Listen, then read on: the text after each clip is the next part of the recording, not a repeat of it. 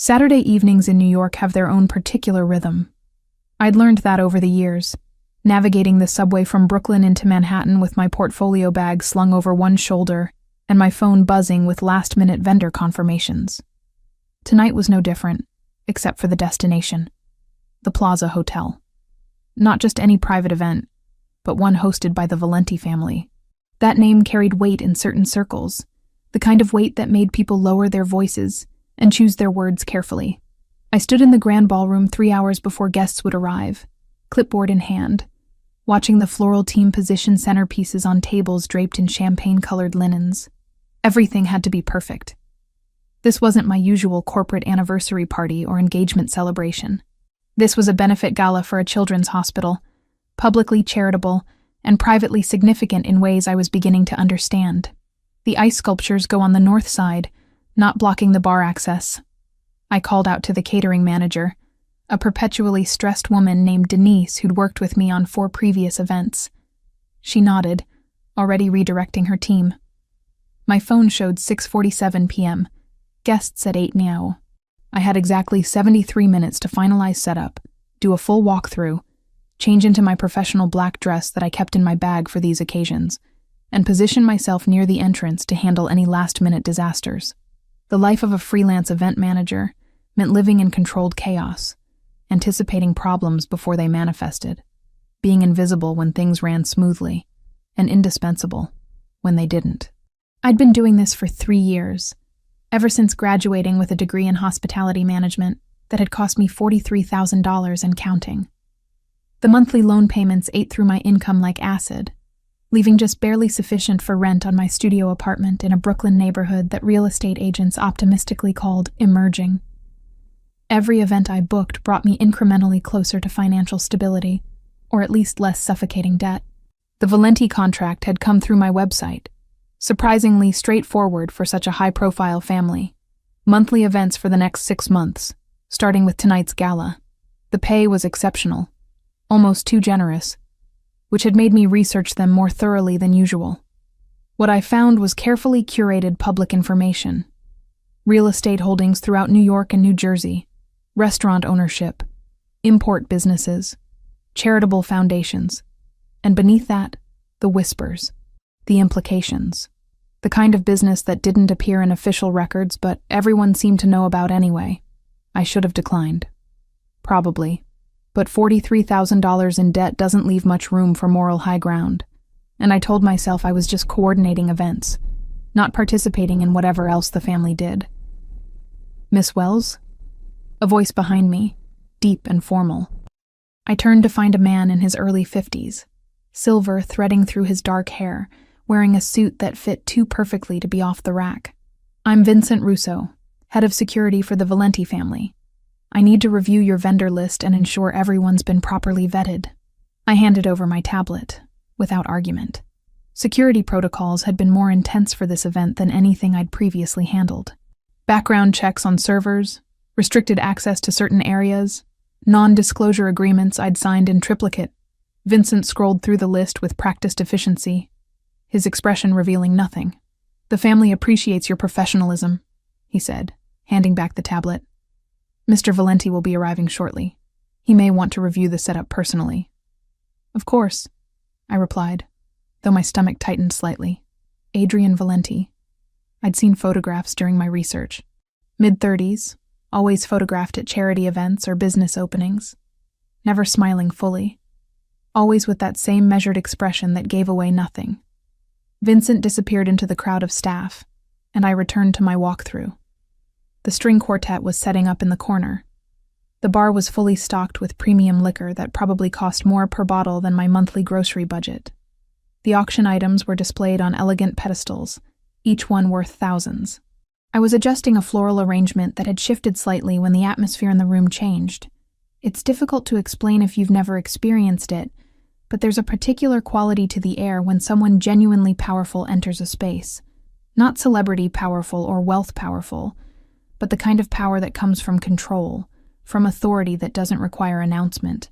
I looked up, and there he was.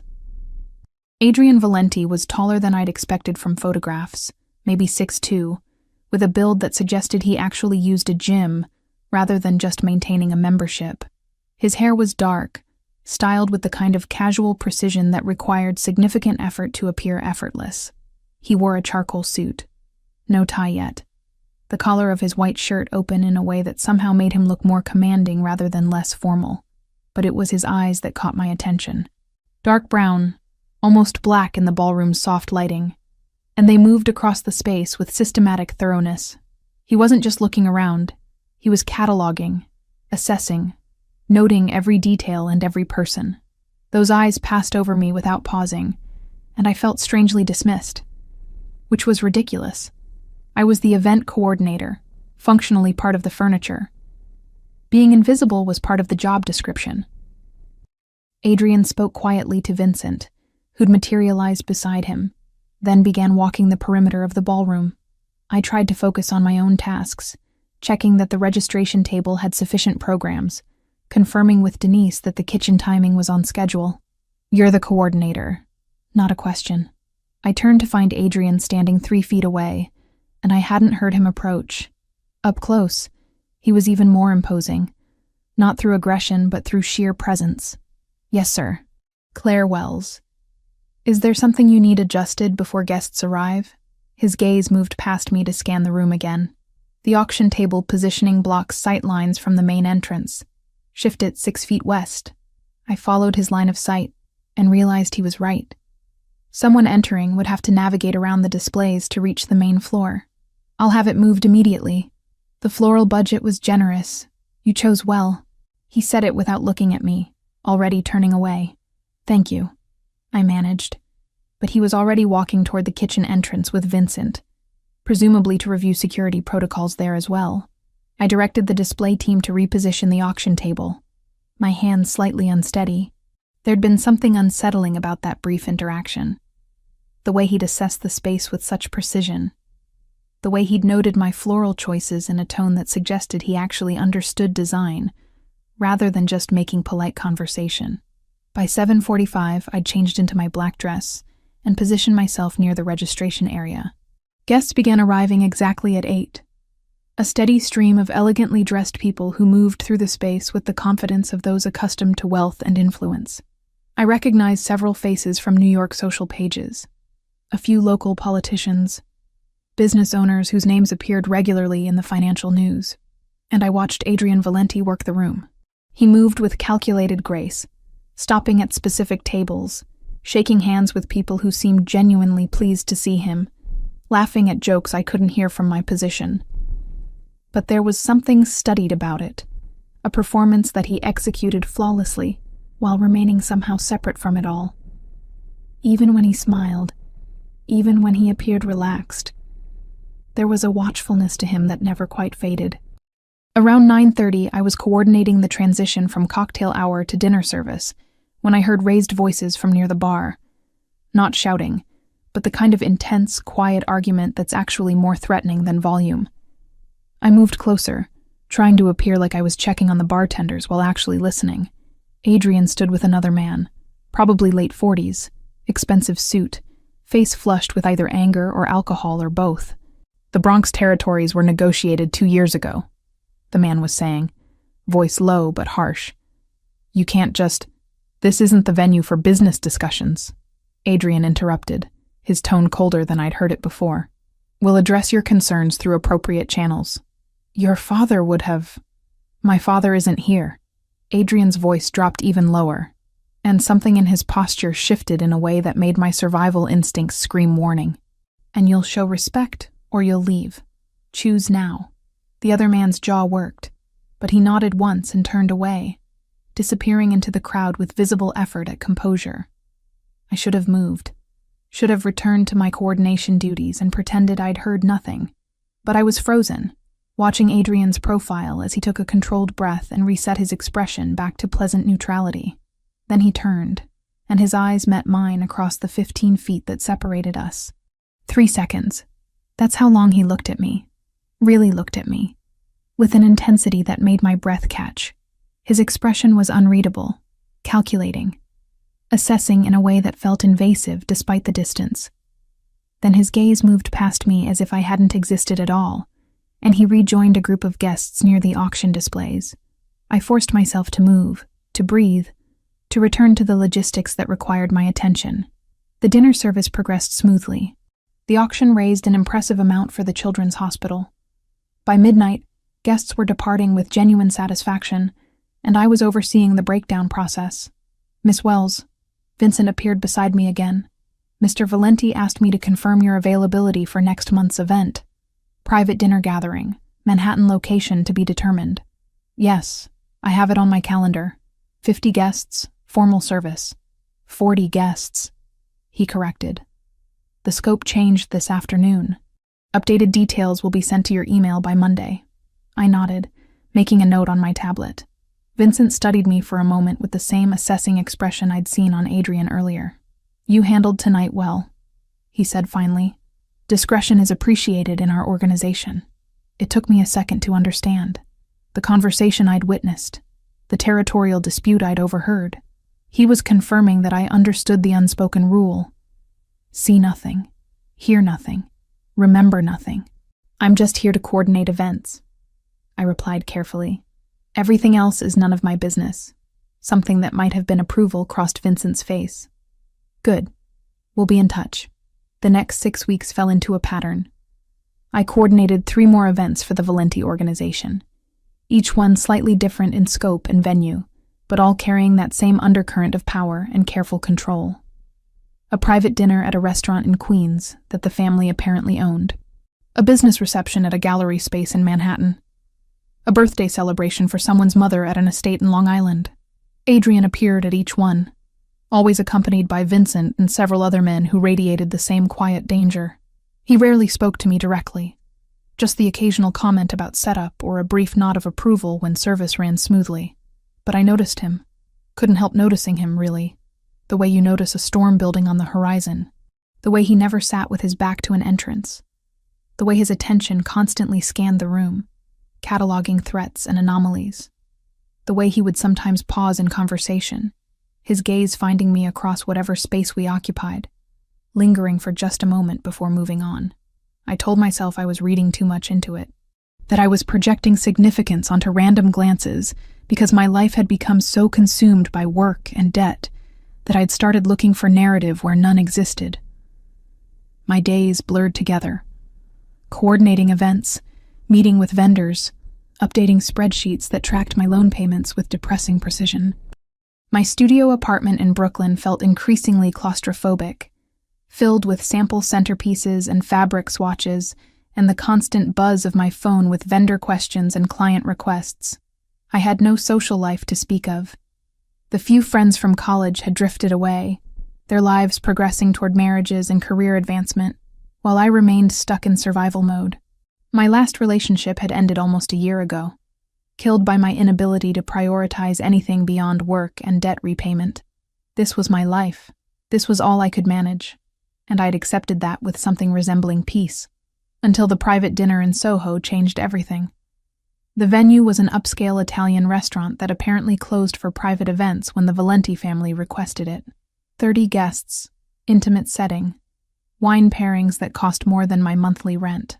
I'd spent the afternoon coordinating with the chef and ensuring the floral arrangements matched the sophisticated ambiance. Guests arrived at 7, and I recognized most of them from previous events. The usual rotation of business associates and family connections. I was reviewing the wine service timing with the sommelier when someone new walked through the entrance. He was maybe 32, blonde hair styled perfectly, wearing a navy suit that had definitely been tailored specifically for him. Handsome in a polished, practiced way, with an easy confidence that came from wealth and privilege. He checked in at the host stand, was greeted warmly by Vincent, and moved into the reception area where cocktails were being served. And then he noticed me. "You look far too stressed for such a beautiful evening," he said, approaching with a wine glass in hand, and that easy smile firmly in place. "Please tell me you're not working this event." "I'm coordinating it, actually," I replied, keeping my tone professional but not unfriendly. "Is there something you need?" "Just conversation with the most interesting person in the room." He extended his hand. "Julian Hale, Claire Wells." I shook his hand briefly. But I really do need to finish coordinating the service timing, so 5 minutes, he interrupted, not aggressively but persistently. Tell me how someone ends up coordinating events for the Valenti family. That seems like a position that requires either tremendous talent or tremendous courage. Despite myself, I smiled. Probably more desperation than either of those. Julian laughed, genuine and warm. Honesty. I appreciate that. He moved to stand beside me, both of us now facing the room rather than each other.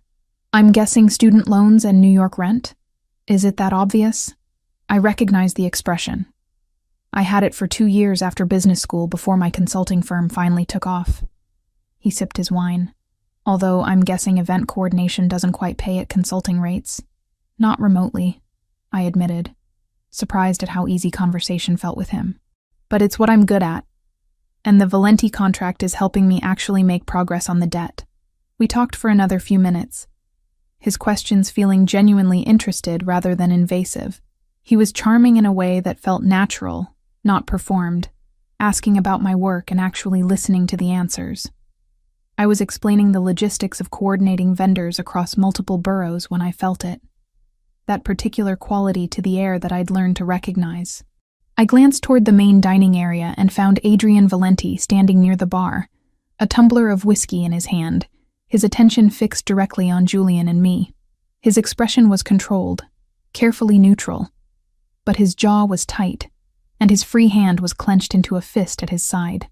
It was the first time I'd seen him display genuine emotion, and something about the intensity in his dark eyes made my pulse quicken. Julian followed my gaze, then turned back with a knowing look. I should probably let you get back to work before your client decides I'm being inappropriate. He's not... I started, then stopped because I didn't actually know how to finish that sentence. I do need to coordinate the dinner service, then have dinner with me instead. Tomorrow night. Somewhere that doesn't require you to coordinate anything except your own enjoyment. I hesitated.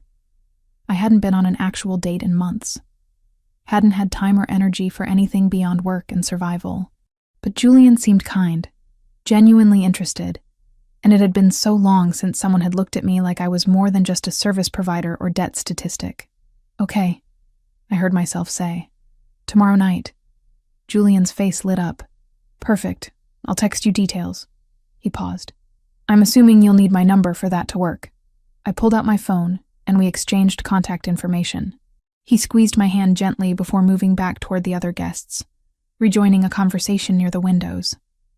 I turned toward the dining area to check on the service timing, and my gaze collided with Adrian's again. He was still watching, still displaying that barely controlled tension that seemed completely at odds with his usual calculated composure. Then Vincent appeared beside him, murmuring something, and Adrian's attention finally shifted away. But something had changed in the atmosphere. Some invisible line had been crossed, and I had no idea what it meant. The dinner service went flawlessly. Guests departed satisfied. I coordinated the breakdown and confirmed next month's event details with Vincent.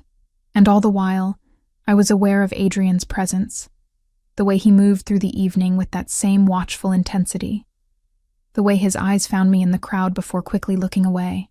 I told myself I was imagining significance where none existed, that a powerful man had simply noticed his event coordinator talking to a guest, nothing more. But as I rode the subway back to Brooklyn at midnight, my phone buzzed with a text from Julian confirming our dinner plans, and I couldn't shake the memory of Adrian's expression, the tension in his jaw, the way his hands had clenched, the first real emotion I'd ever seen him display, and it had been directed at me.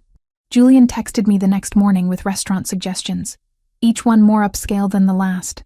We settled on a place in Tribeca, the kind of establishment where reservations required weeks of advance notice unless you knew someone who knew someone. Apparently, Julian knew someone.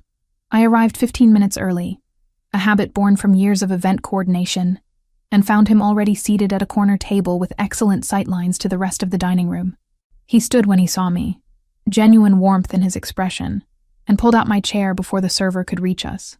"You look incredible," he said, and I was grateful I'd splurged on a new dress, navy blue silk that I justified as a business expense even though I knew it wasn't.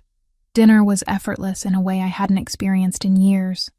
Julian asked about my background, my education, how I'd ended up in event management. I found myself talking about my student loans with more honesty than I'd intended, the weight of $43,000 in debt that shaped every financial decision I made. "That's admirable," he said, swirling wine in his glass. "Most people in New York just accept debt as permanent background noise. You're actually fighting it. I don't have much choice. The interest alone is suffocating. Still, it shows character." He reached across the table, his fingers brushing mine. "Most of the women I meet in this city are either trust fund beneficiaries or climbing corporate ladders with ruthless efficiency. You're refreshingly real. I should have recognized the flattery for what it was, the practiced charm of someone who knew exactly which words to deploy. But I was lonely, had been lonely for longer than I wanted to acknowledge, and Julian's attention felt like sunlight after months of gray winter. We started seeing each other regularly after that. Dinner twice a week, always at restaurants I could never afford on my own. He sent flowers to my apartment, beautiful arrangements that must have cost hundreds of dollars. He texted throughout the day, asking about my work, my stress levels, whether I was eating properly. It felt like being cared for, and I'd been taking care of myself alone for so long that I'd forgotten how seductive that could be. 3 weeks into whatever we were building, I coordinated another Valenti event. This one was at a private gallery in the Upper East Side, a charity auction benefiting arts education programs. Smaller guest list, more intimate setting, with paintings worth more than my entire year's income displayed on pristine white walls. I was reviewing the silent auction catalog with the gallery owner when Julian walked through the entrance. I hadn't known he was invited, hadn't connected him to the Valenti social circle, and surprise must have shown on my face because he grinned as he approached. "Didn't mention I'd be here," he said, kissing my cheek in greeting. "Wanted to see you in your element without giving you time to stress about mixing personal and professional." "I'm working," I protested, but without much conviction. "I can't just abandon my responsibilities to socialize." "I know. I'll be a perfect guest and won't distract you at all." He squeezed my hand.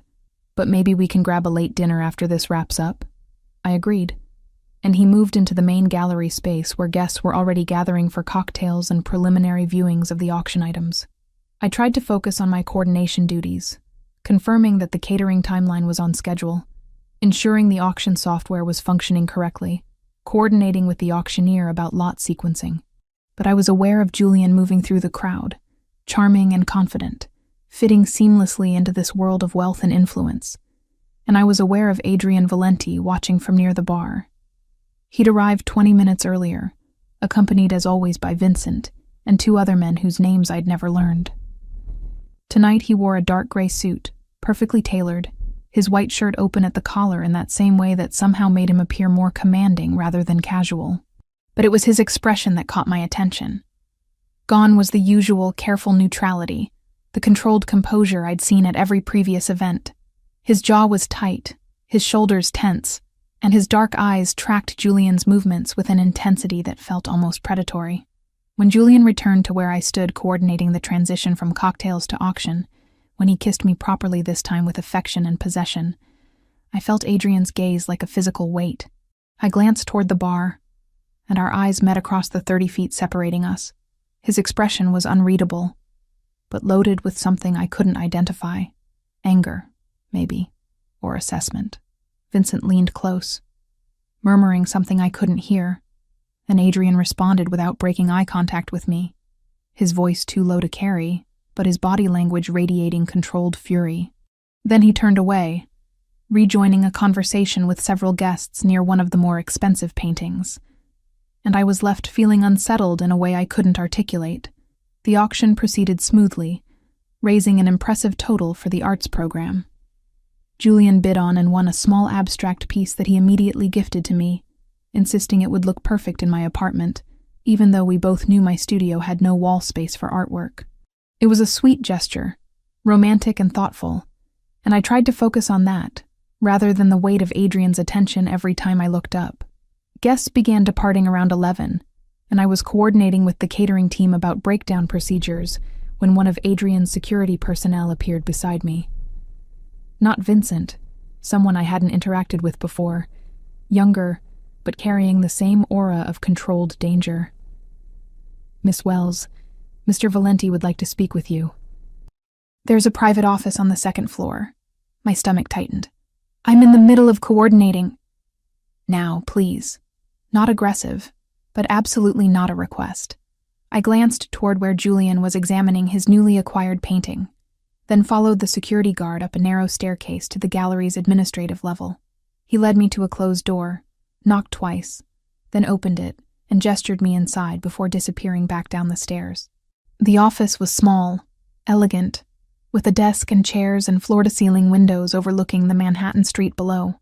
Adrian stood near those windows, his back to me, hands in his pockets, posture deceptively relaxed. "You wanted to see me?" I managed, trying to keep my voice steady and professional.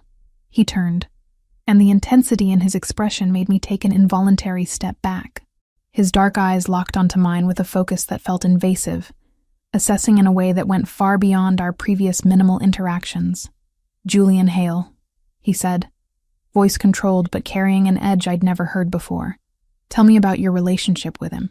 "I don't see how that's any of your business." The words came out sharper than I'd intended, defensive and confused. "Answer the question, Miss Wells. He's my boyfriend. We've been seeing each other for a few weeks. Is there a problem with a guest at your event? Or are you just—" "He works for the Carbone organization." Adrian moved away from the window, closing the distance between us with predatory grace. "Do you know what that means?" I did vaguely. The Carbone family was another name that carried weight in certain circles, another organization that occupied the same shadowy space as the Valentis.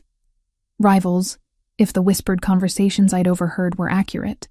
"That doesn't have anything to do with me," I said, but uncertainty crept into my voice. "He's using you." Adrian stopped 3 feet away, close enough that I could see the flecks of amber in his dark eyes, the tension in his jaw, extracting information about our events, dates, locations, guest lists, security protocols. "You're his access point." "That's ridiculous. Julian doesn't ask about." But even as I said it, I was remembering small questions that had seemed like normal interest. When was my next event? Who typically attended Valenti gatherings? What venues did the family prefer? "Why would you even care?" I demanded, anger replacing confusion. "This seems personal, not professional. Are you jealous that someone showed interest in your event coordinator?" Something flashed in Adrian's expression, too quick to identify.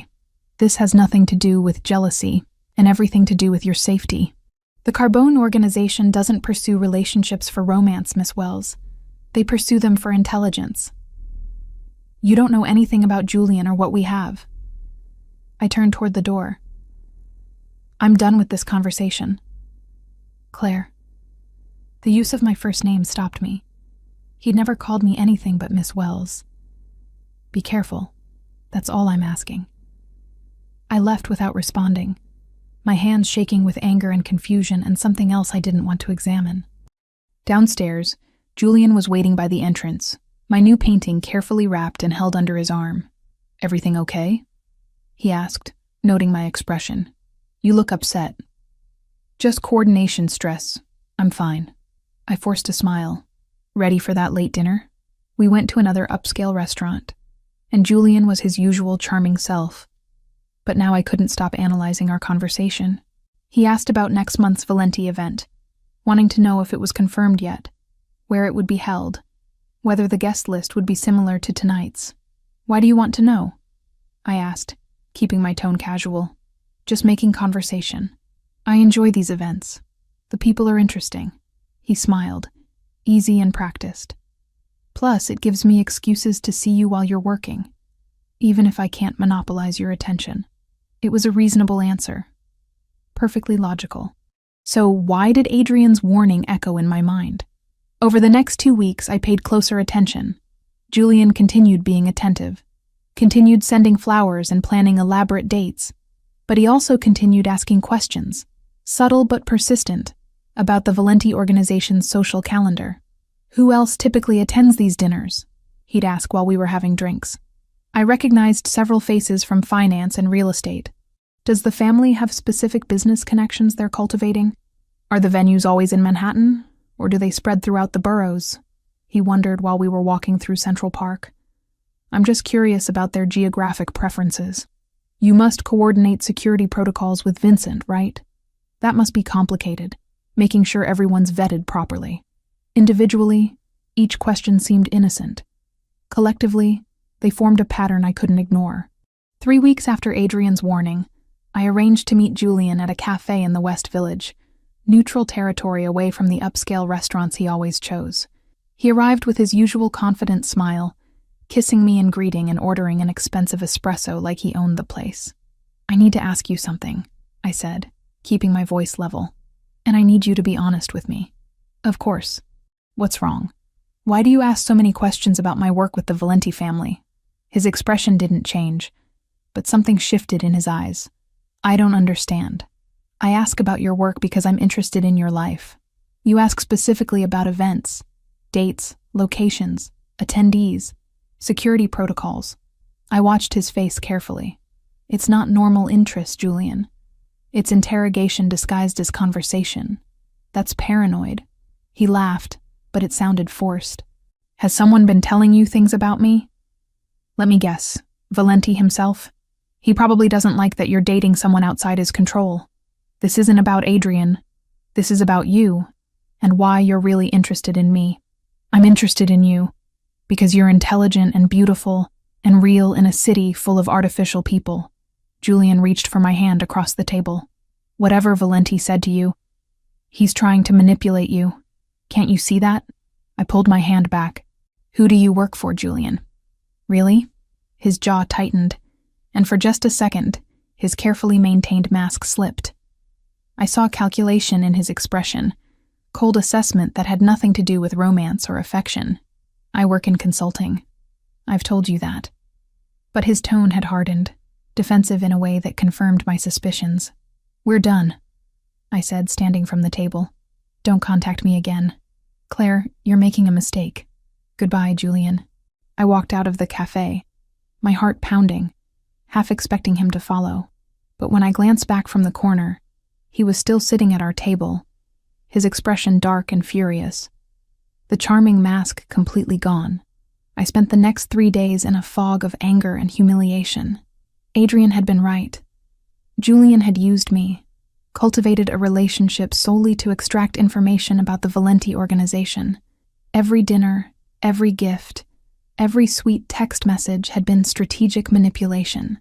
I threw away the flowers he'd sent, donated the dresses he'd bought me, tried to scrub away the memory of his touch and his lies. My apartment felt simultaneously too empty and too full of reminders. On the 3rd day after our breakup, my phone buzzed with a text from an unknown number. No words, just a photo. Me, leaving my apartment building in Brooklyn. Timestamp from that morning. My blood went cold. Another text arrived. Another photo. Me exiting the subway near a client's office in Manhattan. Yesterday's date. Then another. Me walking into a vendor meeting in Queens. From 2 days ago. Someone had been following me, documenting my movements, building a file of my daily patterns and routines. A 4th text arrived. This one with words. You made a very poor decision. I stared at my phone, hands shaking, trying to process the implications. Julian hadn't just been gathering intelligence about events. He'd been gathering intelligence about me, my life, my vulnerabilities. And now he, or someone working with him, was making sure I knew they were watching. I sat on my bed in my tiny Brooklyn apartment, looking at the photos that proved I'd been under surveillance for days, possibly weeks, and realized with crystalline clarity that Adrian's warning had been more serious than I'd understood. This wasn't just about business rivalry or stolen event information. This was about power and territory, and the kind of danger I'd been naive enough to think wouldn't touch me as long as I just coordinated events and minded my own business. I pulled up the contact information I had for the Valenti organization, the number I used for event coordination, and stared at it for a long moment. Calling for help meant acknowledging I was in over my head, meant admitting I'd ignored warnings I should have heeded, meant entering further into a world I'd tried to stay peripheral to. But the alternative was facing whatever Julian and the Carbone organization had planned with no protection and no resources. My finger hovered over the call button, and I made a choice that would change everything. I pressed the call button before I could second-guess myself. The phone rang 3 times before a professional male voice answered with just, "Yes? This is Claire Wells. I coordinate events for the Valenti family. I need to speak with someone about a security concern. Hold, please." The silence stretched for 30 seconds that felt like an eternity. Then Vincent's familiar voice came through. "All business. Miss Wells, explain the situation." I did, my words tumbling out faster than I intended. The breakup with Julian, the photos that had started arriving, the surveillance that proved I'd been followed for days. Vincent listened without interrupting, and when I finished, his response was immediate. "Stay in your apartment. Lock the door. Don't open it for anyone except our people. We'll be there within 2 hours. I can handle this myself. Maybe I should just call the police." "The police can't help you with this." His tone left no room for argument. 2 hours, Miss Wells. "Stay inside." The call ended, and I was left staring at my phone, wondering if I'd just made everything worse, or finally done something right. Those 2 hours were the longest of my life. I paced my studio apartment, which suddenly felt too small and too exposed. The windows faced the street, offering a clear view to anyone watching from below. I pulled the curtains closed, then worried that the change in routine would signal something to whoever was surveilling me. My phone stayed silent. No more photos, no more texts. But somehow that felt more ominous than continued harassment. Exactly 1 hour and 53 minutes after my call to Vincent, someone knocked on my door. 3 sharp raps, professional and controlled. "Miss Wells, we're with Valenti Security." I looked through the peephole and saw 2 men in dark suits, both carrying themselves with that same alert readiness I'd seen in Vincent. One held up an identification card that looked official, but told me nothing useful. "I'm not opening the door," I called through the wood. "How do I know you're actually—" My phone buzzed with a text from Vincent's number. "2 men at your door, Marcus and Leo. Let them in." I unlocked the door with shaking hands, and the 2 men entered with swift efficiency, immediately checking the apartment's small bathroom and single closet before positioning themselves by the windows. "Pack a bag," the one who'd identified himself as Marcus said. "Enough for a week. We're moving you to a secure location. I'm not going anywhere until someone explains what's happening." "Ma'am, we don't have time for explanations. There are people watching this building who want to hurt you. We need to move now." "Then I'm calling the police." I pulled out my phone, dialing 911, letting them see me do it. If this was legitimate protection, they'd understand my caution. If it wasn't, at least I'd have tried. Marcus exchanged a glance with Leo, then pulled out a tablet and brought up a series of photographs. "Before you complete that call, look at these." The images showed Julian standing outside my building with 3 other men. One of them was holding something that looked distinctly like a weapon under his jacket. The timestamp was from 40 minutes ago. "We intercepted communications about a planned extraction tonight," Marcus continued, his voice gentler now. "They're waiting for our surveillance to leave. If you stay here, you become a hostage. If you come with us, Mr. Valenti can keep you safe while we deal with the Carbone situation." I stared at the photos, my hand still hovering over my phone's screen. The 911 dispatcher's voice came through, tinny and distant. "911, what's your emergency?" "I'm sorry, false alarm," I managed, ending the call. "Smart choice," Leo said from his position by the window. "We need to leave through the service entrance, now. I have work commitments, events scheduled for this week. I can't just disappear." Even as I said it, I knew how absurd it sounded given the circumstances. "Make your calls from the car," Marcus said. "You have 5 minutes to pack." I grabbed my largest bag and filled it with clothes, toiletries, my laptop, chargers. My hands were moving automatically while my mind struggled to process what was happening. This morning I'd been a freelance event coordinator with student loan debt and a failed relationship. Now I was fleeing my apartment with armed security because a criminal organization wanted to kidnap me. The trip down the service stairs and out the back entrance passed in a blur. They'd positioned a black SUV in the alley, and I was in the back seat before I'd fully registered leaving my building. Marcus drove while Leo sat beside me, his attention constantly scanning the streets we passed. Make your calls, Marcus said from the front. Tell your clients you have a family emergency out of state. Be vague but apologetic. I spent the next 20 minutes canceling or rescheduling everything I had booked for the coming week.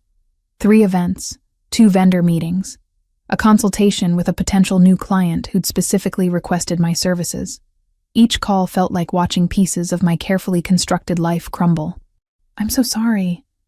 Something urgent came up with family, I repeated over and over, inventing a sick aunt in Boston, an emergency that required my immediate presence. Most were understanding, a few were frustrated, and one client implied I was unprofessional and unreliable. I apologized again and ended the call feeling hollow. Where are we going? I asked when the last call was complete. The Hamptons.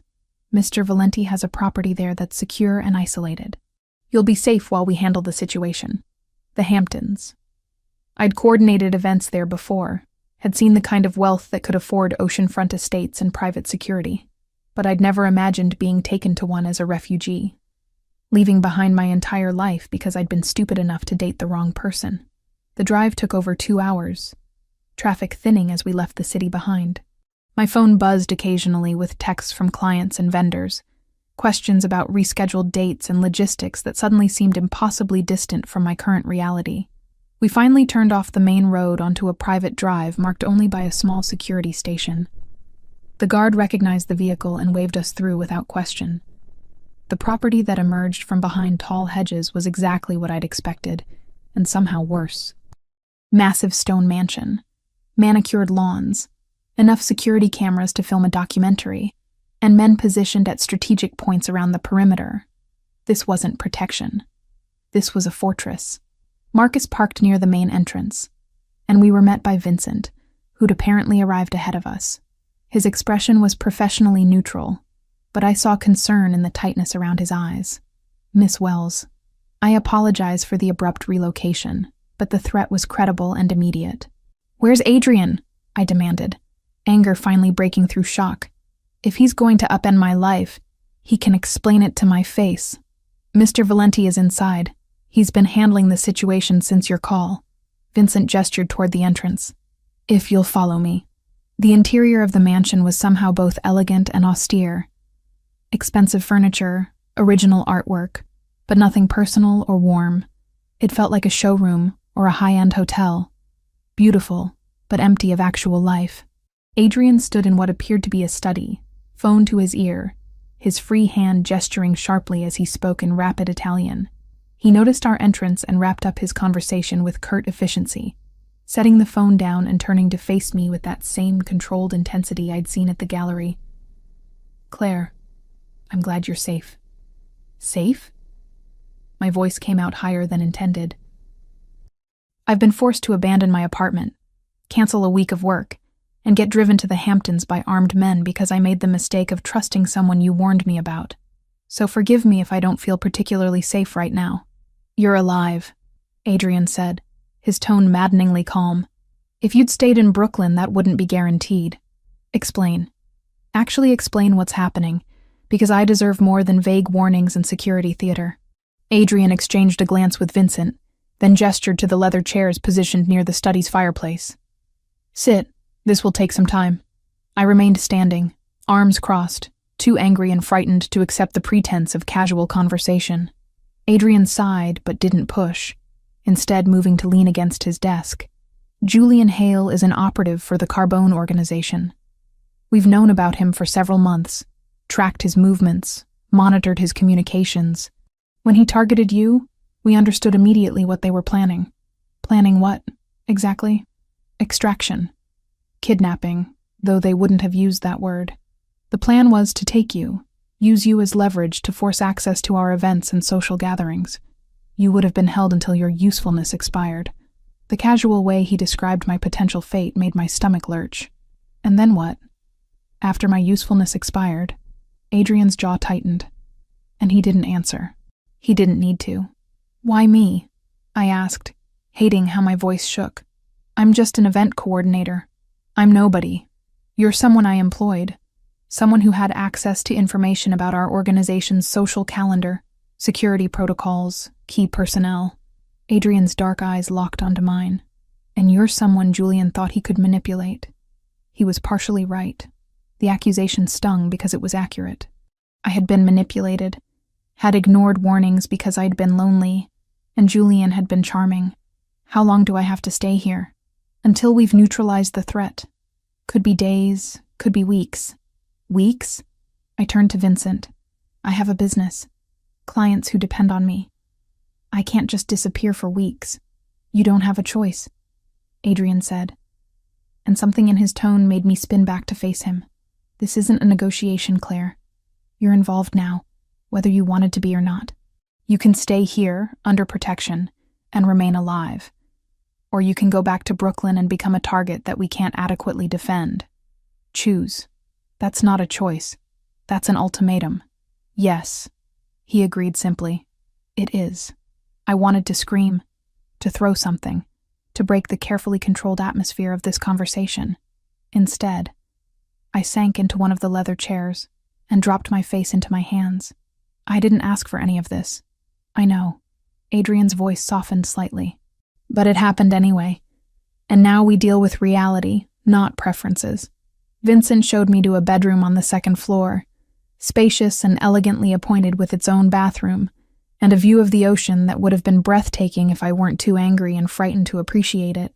There's secure internet access in the study, he said, but usage is monitored and limited for security purposes. Mr. Valenti asks that you avoid posting on social media or communicating your location to anyone. So, I'm a prisoner. You're a guest under protection, Vincent corrected. There's a significant difference. After he left, I sat on the bed and tried to process everything that had happened in the past 6 hours. This morning I'd woken up in my own apartment, worried about vendor contracts and client satisfaction. Now I was locked in a mansion in the Hamptons, my life suspended indefinitely because I'd become collateral damage in a war between criminal organizations. I pulled out my laptop and tried to work, responding to the emails that had accumulated, attempting to maintain some semblance of normalcy. But concentration was impossible.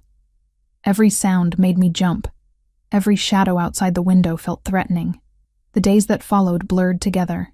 I stayed mostly in my room or the study, trying to work remotely with the limited internet access Vincent had mentioned. My clients were understanding to varying degrees, some annoyed by my sudden absence, others concerned about my fabricated family emergency. Adrian appeared occasionally, always accompanied by Vincent or other security personnel, always maintaining that same professional distance. He'd ask if I needed anything, if the accommodations were sufficient, if I was managing the work disruption. But there was tension beneath his formal concern, something I couldn't identify but felt nonetheless. I noticed things about him during those brief interactions. The way he never sat with his back to a door or window. The way his attention constantly tracked movement and sound. The way exhaustion showed in subtle lines around his eyes that hadn't been visible at the events I'd coordinated. He was carrying the weight of whatever conflict was happening with the Carbone organization, and my protection was apparently part of that burden. On the 5th night, a storm rolled in from the ocean. I was lying in bed, unable to sleep, listening to rain hammer against the windows when I heard raised voices from somewhere below. Not shouting, but the kind of intense, controlled argument that's actually more unsettling than volume. I shouldn't have investigated. Should have stayed in my room and maintained the pretense of not being curious about the organization protecting me. But 6 days of isolation had eroded my better judgment, and I found myself creeping down the hallway toward the source of the voices. The study door was partially open, and through the gap I could see Adrian standing near the fireplace, Vincent facing him with unusual tension in his posture. This is consuming resources we need elsewhere, Vincent was saying, his voice tight with frustration. She's one person, Christopher. One civilian who got caught up in something she shouldn't have. Meanwhile, we have actual operations being delayed, personnel tied up on babysitting duty, and the Carbone situation escalating because we're distracted. She's under my personal protection, Adrian responded, his voice dropping to a register I'd never heard before. Cold, absolute, carrying an authority that made me instinctively step back from the door. That's not open for discussion. With respect, why? She's your event coordinator, nothing more. Why are you allocating this level of attention and security to someone who isn't family, isn't connected to our operations in any meaningful way? Vincent. Just his name, but loaded with warning. I'm serious, Adrian. Your father would never have... My father isn't here. The temperature in Adrian's voice dropped even further. And you'll stop questioning my decisions about her protection. Or you'll find yourself reassigned to inventory management in New Jersey. Are we clear? A long silence. Then Vincent's reply, subdued. Clear. Good. Now get an update from Marcus about the surveillance on Carbone's Midtown operation. I want to know everyone who's entered that building in the past 48 hours. I heard footsteps approaching the door and barely made it back to the staircase before Vincent emerged, his expression dark and troubled. He didn't notice me pressed against the shadows, just headed toward another part of the house with his phone already to his ear.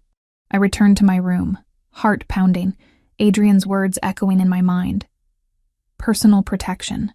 Not just organizational obligation or professional courtesy, but something that belonged specifically to him. What did that mean? And why did the intensity in his voice when he'd said it make something in my chest tighten with an emotion I wasn't ready to examine? The storm continued through the night, and I lay awake processing the conversation I'd overheard, trying to understand what I'd become to Adrian Valenti and why it terrified me as much as the threat I was supposedly being protected from. The days stretched longer than I thought possible.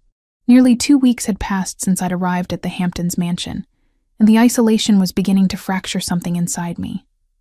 I worked remotely when the limited internet access allowed, maintained my business relationships through carefully worded emails, and pretended everything was fine while my life remained suspended in this gilded cage. But Adrian had started appearing more frequently. Not just the brief check-ins with Vincent hovering nearby, but actual time spent in my presence. Dinners in the mansion's formal dining room, just the two of us at opposite ends of a table that could seat 20. Conversations that went beyond logistics and security updates. How did you end up in event management? He asked one evening, swirling wine in his glass with practiced ease. Student loans needed paying, I answered, the familiar bitterness creeping into my voice. $43,000 doesn't disappear on its own, and event coordination was something I was good at. What about you? How does someone become head of a family organization at 36? His expression darkened slightly. Necessity. My father died when I was 28. The transition wasn't optional. That's young to inherit that much responsibility. Young, unprepared, and surrounded by people waiting to see if I'd fail. He set down his glass. Some of them are still waiting. There was vulnerability in that admission, a crack in the carefully maintained facade he showed the world. I found myself leaning forward, genuinely curious about the man behind the controlled exterior. Do you regret it? Taking over? Every day. And never. Adrian's dark eyes met mine across the distance separating us. It's not a choice you make once. It's a choice you make every morning when you wake up and decide to carry the weight for one more day. I understood that more than I wanted to admit. The weight of debt, of survival, of building a life from nothing, while fighting against forces that wanted to drag you back down. We came from completely different worlds, but the exhaustion of constant vigilance was something we apparently shared. Over the following days, these conversations became routine. We'd eat dinner together, talk about everything and nothing, and I'd slowly learn pieces of Adrian Valenti that didn't match the cold, calculating dawn I'd observed at events.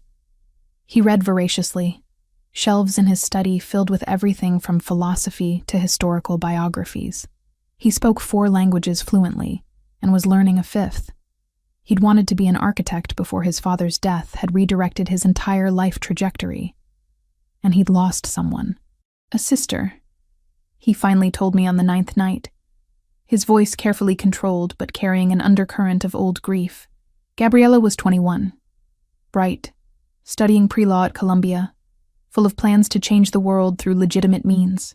Adrian stared into the fireplace, flames casting shifting shadows across his face. A rival organization wanted to send a message. They took her from campus, held her for 3 days while making demands. I was trying to negotiate, trying to find a solution that didn't risk her life. What happened? I wasn't fast enough. His jaw clenched. By the time we located where they were holding her, she was already gone. They'd never intended to return her alive. The negotiation was theater, designed to make me feel complicit in her death. Adrian, that wasn't your fault. Wasn't it? He turned to look at me, and the pain in his expression was raw and unguarded. I knew the risks, knew what being connected to this family meant, but I let her stay in New York, let her believe she could have a normal life if she just stayed peripheral to the business. I was wrong, and she paid for my miscalculation. The connection to my situation was obvious, and I felt a chill run through me. Is that why you're protecting me? Because I remind you of her? No. The answer was immediate and sharp. Gabriella was family, innocent, caught in something she never chose. You're different. How? But he stood abruptly, the moment of vulnerability closing as quickly as it had opened. It's late. You should rest. I wanted to push, to demand he finish that thought, but he was already leaving the dining room, and I was left with more questions than answers. The tension between us had been building for days, simmering beneath every conversation and shared meal. I felt it in the way his gaze would linger on me before he looked away, in the careful distance he maintained even when we were alone, in the controlled precision of every word he spoke in my presence. On the 13th night, a storm system moved in from the Atlantic. I could hear rain beginning to fall as I tried to work in the study, reviewing vendor contracts that felt increasingly irrelevant to my current reality. The familiar tasks couldn't distract me from the growing frustration that had been building since I'd arrived. I was a prisoner here. No matter how comfortable the accommodations, my business was suffering. Clients were losing patience with my vague explanations, and my entire life had been put on indefinite hold because Adrian Valenti had decided I needed protection. When he appeared in the study doorway around 8, I didn't bother with polite greetings. How much longer? He entered slowly, closing the door behind him. Tonight he'd forgone the usual suit, wearing just dark slacks and a white shirt with sleeves rolled to his elbows. It made him look younger, more human, and somehow more dangerous. We're making progress. Another week, possibly 2. 2 more weeks. I stood, anger finally breaking free. Do you have any idea what you're doing to my life? I have clients threatening to blacklist me, vendors who won't work with me anymore because I'm unreliable, a business I've spent 3 years building that's crumbling because you've decided I need to be locked away in the Hamptons. You're alive, he said, echoing the argument from our first conversation here. Your business can be rebuilt. Your life can't. That's not your decision to make. You don't get to unilaterally decide what risks I'm allowed to take with my own existence. When those risks involve my organization and threats I'm responsible for managing, yes, I do. This isn't about your organization. This is about control. I moved toward him, propelled by 2 weeks of accumulated frustration. You want to control who I see, where I go, what risks I take, just like you controlled those events I coordinated, just like you control everything in your world. You think this is about control? Adrian's composure was cracking. I could see it in the tension of his shoulders, the hardness in his eyes. You think I enjoy having you here, knowing you resent every moment, watching you look at me like I'm your captor instead of your protection? Then let me leave. Let me make my own choices and deal with my own consequences. No. He closed the distance between us in 2 strides, and suddenly we were standing inches apart, his height and presence overwhelming in the small space. You don't understand what they would do to you, what Julian and the Carbone organization have planned. You're not just a target for information anymore, Claire. You're a statement, a message they want to send about what happens when someone interferes with their operations. I didn't interfere with anything. I was just trying to live my life, and you— My voice broke slightly. You warned me about Julian, and I should have listened. But that doesn't give you the right to lock me away indefinitely.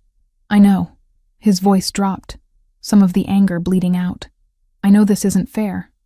I know you didn't ask for any of this, but I can't let you go back to being vulnerable. Can't let you walk into danger just because you're frustrated with being protected. Why do you even care this much? I demanded, hating how my voice shook. I'm nobody to you, just an event coordinator who happened to get caught up in your world. Vincent said it himself. I'm consuming resources you need elsewhere. So why are you doing this? You think you're nobody to me? Adrian's hand came up, fingers gripping my arm with just enough pressure to keep me from backing away. You think I coordinate personal protection details for random contractors? You think I upend operations and redirect security because of professional obligation? Then what is this? What am I to you? You're the person I've watched at every event for 6 months. The words came out rough, like they'd been locked away too long. The person whose attention I tried to avoid because I knew getting closer would be dangerous. The person who smiled at vendors and calmed difficult clients and made everything run smoothly while thinking no one important was paying attention. I was paying attention, Claire. To everything. I stared at him, my heart hammering against my ribs. You never said anything. You barely looked at me. Because looking at you made me want things I couldn't afford to want. Because I learned from Gabriella that people close to me die, and I wasn't willing to put another person at risk just because I found myself thinking about her when I should have been focused on business. His grip on my arm loosened, but didn't release. And then Julian appeared, and I watched him charm you, watched you smile at him the way I wanted you to smile at me, and I nearly lost control. The night at the gallery, I whispered. When he kissed me, I wanted to kill him. Right there in front of everyone, I wanted to make him disappear for touching what I'd been denying myself. Adrian's free hand came up to cup my face, his thumb brushing my cheekbone. That's when I knew I couldn't maintain distance anymore. That's when I became dangerous to you in a completely different way. The intensity in his dark eyes stole my breath. This was what I'd sensed beneath all our interactions. The thing I'd been too afraid to name. Not just protection or professional concern, but want. Possession. Something that had been building since long before I'd noticed. Adrian! Thunder cracked overhead, and the mansion's lights flickered once before steadying. But the storm had arrived in full force now, rain hammering the windows with enough violence to drown out thought. Then the alarm began shrieking. Adrian's entire demeanor transformed in an instant. His hands left me, one going to the gun I hadn't known he was carrying, the other grabbing my wrist with bruising force. Basement. Now. No room for argument, no explanation. Just immediate command. He pulled me through the study door and toward the back of the house, Vincent appearing from somewhere with weapon drawn, 3 other security personnel converging from different directions. The organized chaos suggested this was a scenario they'd drilled, a threat they'd prepared for. How many? Adrian demanded, still pulling me toward a door I'd never noticed before. 6 confirmed approaching from the east perimeter. 2 more cutting power to the backup generators. Vincent's voice was clipped, professional. Coordinated assault, Carbone signatures all over it. Get her to the vault. Lock it down. Nobody opens that door except me, understood? Boss, you should go with her. I need to handle this. Go! Adrian wrenched open the basement door, revealing stairs that descended into darkness. Emergency lighting kicked on, casting everything in harsh red shadows. He pulled me down the stairs at a speed that had me stumbling, his grip the only thing keeping me upright. At the bottom was another door, steel and serious, with a biometric lock. Adrian pressed his palm to the scanner, and it opened with a heavy click, revealing a small room maybe 10 feet square. Concrete walls, reinforced ceiling, a single bench, and nothing else except a radio mounted to the wall. Stay here. Don't open this door for anyone except me. If I'm not back in 2 hours, use the radio. Channel 7. They'll know what to do. Adrian, wait. But he was already backing toward the stairs. Then I heard it. Gunfire. Sharp cracks that echoed through the mansion above us, followed by shouting and the crash of breaking glass. Lock it behind me, Adrian commanded. And then he was gone, the door swinging shut with a finality that made my chest constrict. I engaged the lock with shaking hands, hearing it seal with multiple mechanisms clicking into place. Then I was alone in the small concrete room, the muffled sounds of violence filtering through the ceiling, and terror unlike anything I'd experienced flooding through me. More gunfire. Sustained this time, multiple weapons creating a symphony of destruction. I pressed my back against the wall and slid down to sit on the cold floor, arms wrapped around my knees, trying to control breathing that wanted to spiral into hyperventilation. This was real. People were attacking the mansion, trying to get to me or to Adrian or to whatever strategic objective the Carbone organization had decided was worth this level of violence. and Adrian was up there, in the middle of it, while I was locked in a concrete box, unable to help or even know what was happening. The minutes crawled past with agonizing slowness. The gunfire continued in bursts, sometimes close enough that I could hear distinct shots, sometimes distant enough to be almost abstract. Footsteps thundered overhead, running, searching, fighting. Then silence fell, so sudden and complete it was worse than the noise. I stared at the locked door, straining to hear anything, my imagination filling the void with increasingly terrible scenarios. Adrian dead. Everyone dead. The Carbone people finding the vault and waiting for me to eventually have to emerge. My watch showed 47 minutes since Adrian had locked me in here. 47 minutes that felt like days. Then I heard footsteps on the basement stairs. Slow, deliberate, descending toward the vault door. I pressed myself further against the wall, as if the extra 6 inches would make any difference. My heart hammering so hard I felt lightheaded. The biometric lock beeped. Once, twice. Then the mechanisms began disengaging, and the door swung open to reveal Adrian. He was alive, standing, but his white shirt was stained dark with blood, his face smudged with smoke or dirt, exhaustion etched in every line of his body. For a moment we just stared at each other, and I saw my own fear reflected in his eyes. Then I was moving, crossing the small space and throwing my arms around him without thought. He caught me, one arm wrapping around my waist, the other hand coming up to cradle the back of my head, and I felt him shaking. "It's not my blood," he said quietly against my hair. "I'm not hurt. Are they gone?" "Yes. Dead or captured. Vincent's securing the property now." I pulled back just enough to look at his face, my hands framing his jaw. There was a cut above his left eyebrow I hadn't noticed before, still bleeding slightly, and the exhaustion in his dark eyes went beyond physical. I thought... My voice broke. When it went quiet, I thought they'd gotten you. I told you I'd come back. His hand was still in my hair, fingers tangled in the strands like he needed the anchor. I almost went insane thinking about you down here alone, terrified, while I was dealing with them. All I wanted was to get back to you, to make sure you were safe. The confession hung between us, raw and unguarded. This wasn't the controlled Don who ran criminal operations with calculated precision.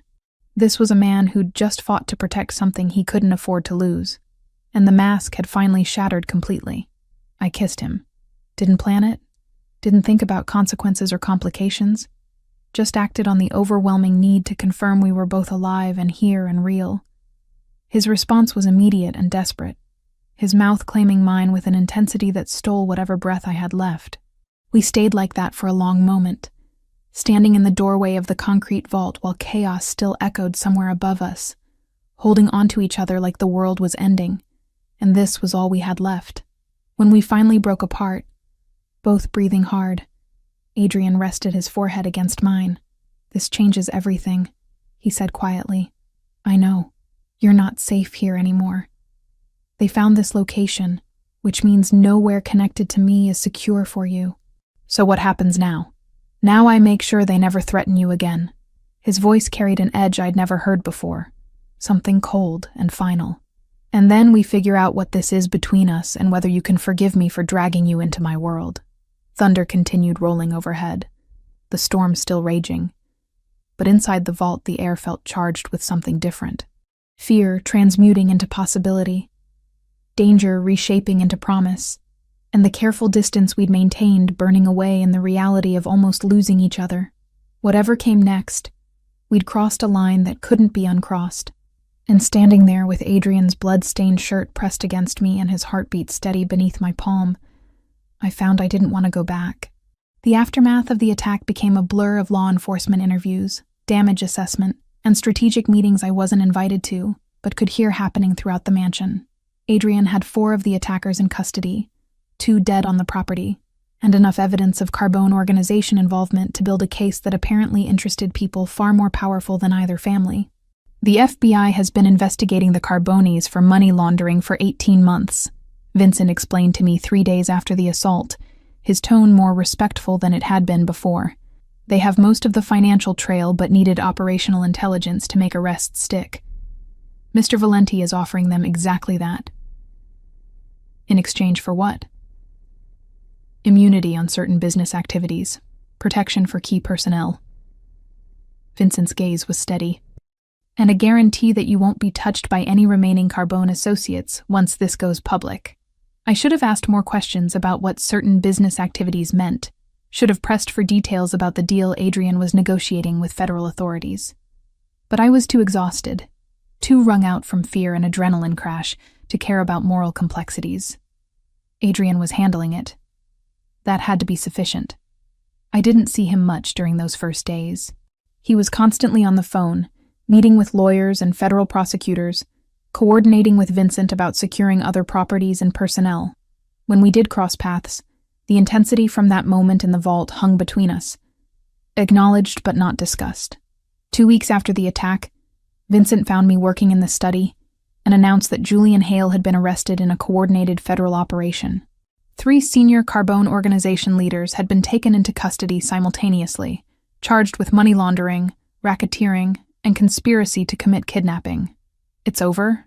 I asked, not quite believing it could be that simple. The immediate threat, yes.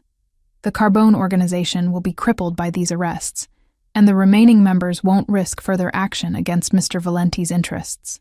Vincent actually smiled slightly. You can go home, Miss Wells. Home. My studio apartment in Brooklyn that I hadn't seen in over 2 weeks. My business that I'd been managing through spotty internet and apologetic emails. My life that had been suspended while I hid in the Hamptons.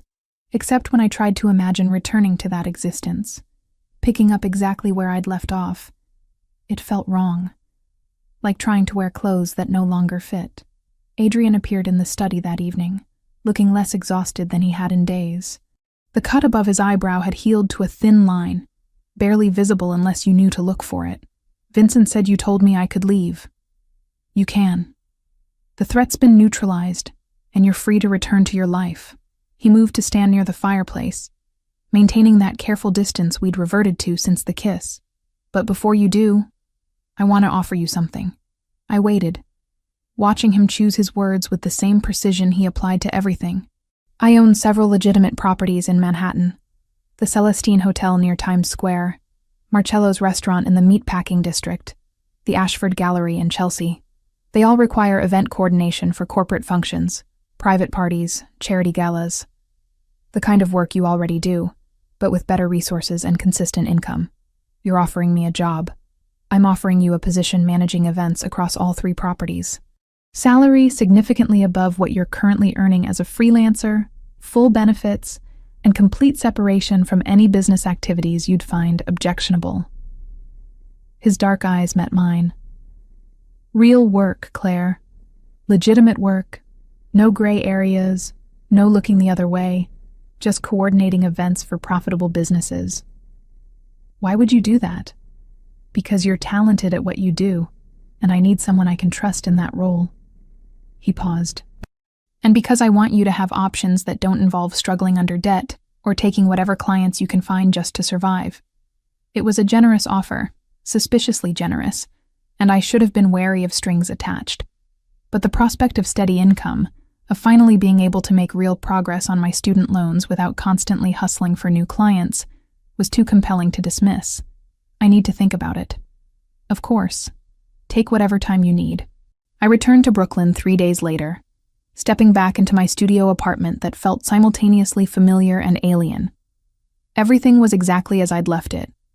But I'd changed in the weeks away, and the space no longer felt like home so much as a reminder of who I'd been before Adrian Valenti had entered my life. My business had suffered during my absence, but not as catastrophically as I'd feared. Several clients had found other coordinators, a few vendor relationships had soured, but the core of what I'd built remained intact. I could rebuild from here if I wanted to. The question was whether I wanted to.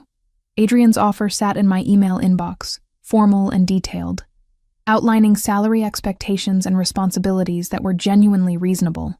I read through it multiple times, looking for the trap, the hidden control mechanism, the way this would bind me to his world in ways I couldn't escape.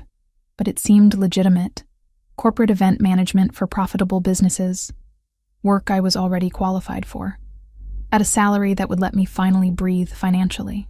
I accepted the position a week after returning to Brooklyn. The onboarding process was surprisingly professional. HR paperwork, tax forms, orientation at each of the 3 properties I'd be managing events for.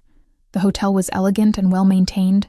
The restaurant had a Michelin star and a waiting list for reservations, and the gallery featured contemporary artists whose work actually sold for impressive prices. This was real.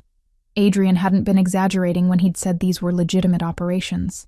My first month in the new role was intense, but satisfying in ways freelancing had never been. I had resources, staff who reported to me, budgets that didn't require constant penny pinching.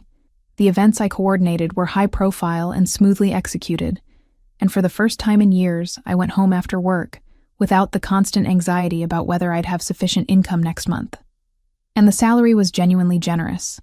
After taxes and rent and necessary expenses, I was able to put significant amounts toward my student loan debt.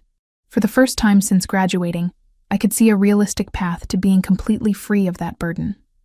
6 months into the position, I made my final loan payment. $43,000, finally cleared. The weight that had pressed on my shoulders for years lifted, and I sat in my Brooklyn apartment staring at the confirmation email with tears running down my face. I was free. Actually, genuinely free of the debt that had shaped every decision I'd made since college. Adrian had texted me occasionally during those 6 months. Professional check-ins about how the position was working out, whether I needed additional resources or support. We'd seen each other a handful of times at events I coordinated that he attended, maintaining careful politeness and distance. But the night I cleared my final loan payment, my phone rang with his number. "Vincent mentioned you seemed emotional at work today. Is everything all right? I paid off my student loans, all of them. I'm completely debt-free for the first time since I was 22. Silence on the other end. Then his voice, warm with genuine pleasure. "Claire, that's incredible. Congratulations. It wouldn't have been possible without this job, without you giving me this opportunity." I wiped at my eyes. "So thank you. Really. You earned it through your work. I just provided the platform." He paused. "Are you celebrating? Because you should be celebrating." I'm sitting alone in my apartment eating takeout and crying, so not exactly festive. That's unacceptable. I'm sending a car. We're having dinner, proper dinner, to mark the occasion. Before I could protest, he'd already ended the call. 40 minutes later, a black car pulled up outside my building, and I found myself being driven to a restaurant in Midtown that I'd read about, but never imagined being able to afford. Adrian was waiting at a private table, wearing a dark suit that probably cost more than a month of my old freelance income. And when he stood to greet me, his expression held warmth I hadn't seen since that night in the vault. "To financial freedom," he said, raising his wineglass once we'd ordered. One of the most underrated forms of power. Dinner stretched for hours, conversation flowing easily in a way it hadn't since the Hamptons. He asked about my work at the 3 properties, seemed genuinely interested in the events I'd coordinated and the challenges I'd navigated.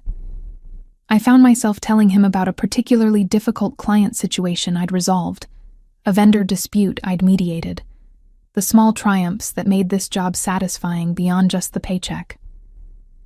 "You're thriving," he observed, something like pride in his voice.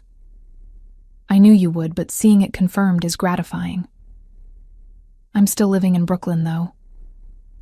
Same studio apartment, same neighborhood. Is that a problem? It's not the safest area. And after everything that happened with Julian and the Carbones, I'm probably more paranoid about security than I should be. Adrian's expression shifted, became more serious. I've wanted to address that, actually. There's an apartment available in one of my buildings in the Upper West Side. 2-bedroom, modern security, doorman. It would be safer. Adrian, I can't afford Upper West Side rent, even with my new salary. The rent would be substantially reduced for employees in management positions. Think of it as part of your benefits package. I should have said no. Should have maintained the independence I'd worked so hard to build. But the truth was, I did feel vulnerable in Brooklyn. Did worry every time I came home late, or heard unfamiliar sounds in the hallway. How reduced are we talking? Whatever you're paying now in Brooklyn. That's not market rate, that's charity. It's pragmatic security allocation. His dark eyes held mine. I sleep better knowing people important to my operations are safely housed. Let me do this, Claire. Please. The apartment in the Upper West Side was beautiful, far nicer than anything I could have afforded on my own. Large windows overlooking the street, updated kitchen, actual separation between bedroom and living space. I moved in 3 weeks later, leaving behind the Brooklyn studio that had witnessed my years of struggle. And Adrian started appearing more frequently in my life. Not at work. He was careful about that, maintaining professional boundaries at the properties I managed. But he'd text asking if I wanted dinner, would appear at my building with takeout from places I mentioned wanting to try, would invite me to his penthouse a few floors above my apartment for drinks and conversation that stretched late into the night. We never discussed what we were doing, never put labels on the time we spent together. But it felt like courtship, slow and deliberate, building something neither of us wanted to rush or risk breaking with premature definition. Vincent noticed, of course. I ran into him at the hotel one afternoon, and he actually smiled when he saw me. "You're good for him," he said without preamble. "Adrian's different now. More human. Less consumed by the weight of everything. I'm not doing anything special. You're existing in his life without demanding he be anything other than what he is. That's rarer than you think." Vincent's expression turned serious. "I was wrong about you initially. Thought you were a complication we couldn't afford. I'm glad I was wrong." 8 months after accepting the position, on a night when rain fell soft and steady over Manhattan, Adrian texted asking me to meet him on the rooftop of our building. I found him standing near the edge, the city spread out below us like a carpet of light, rain creating halos around every street lamp and window. He turned when he heard me approach, and something in his expression made my breath catch. "I've been trying to figure out how to say this for months," he began, moving to stand directly in front of me, trying to find the right words, the right moment, the right way to explain what you've become to me. "Adrian, let me finish." His hands came up to frame my face, thumbs brushing my cheekbones. "When you walked into that first event at the plaza, you were nobody to me. Just another contractor, another functionally invisible person who kept my world running smoothly. I didn't see you, didn't notice you, didn't care. That's not exactly romantic," I managed, though my heart was pounding. "But then I did notice. Started paying attention to the way you handled chaos with calm efficiency, the way you treated everyone with the same respect regardless of their position, the way you existed in my world without being corrupted or diminished by it, and you stopped being nobody and became someone I couldn't stop thinking about." The rain fell harder, soaking through my clothes, but I didn't care. All I could focus on was Adrian's dark eyes locked on mine, the intensity in his expression, the way his hands trembled slightly against my face. "You meant nothing to me," he said quietly. "Until you meant absolutely everything." He kissed me then, deep and claiming, tasting like rain and promise, and all the weeks of careful distance finally burning away. I wrapped my arms around his neck, pressing closer, feeling his heartbeat strong and steady against my chest. When we finally broke apart, both breathing hard, the city lights blurred through rain and emotion. "I don't know what we are," I admitted.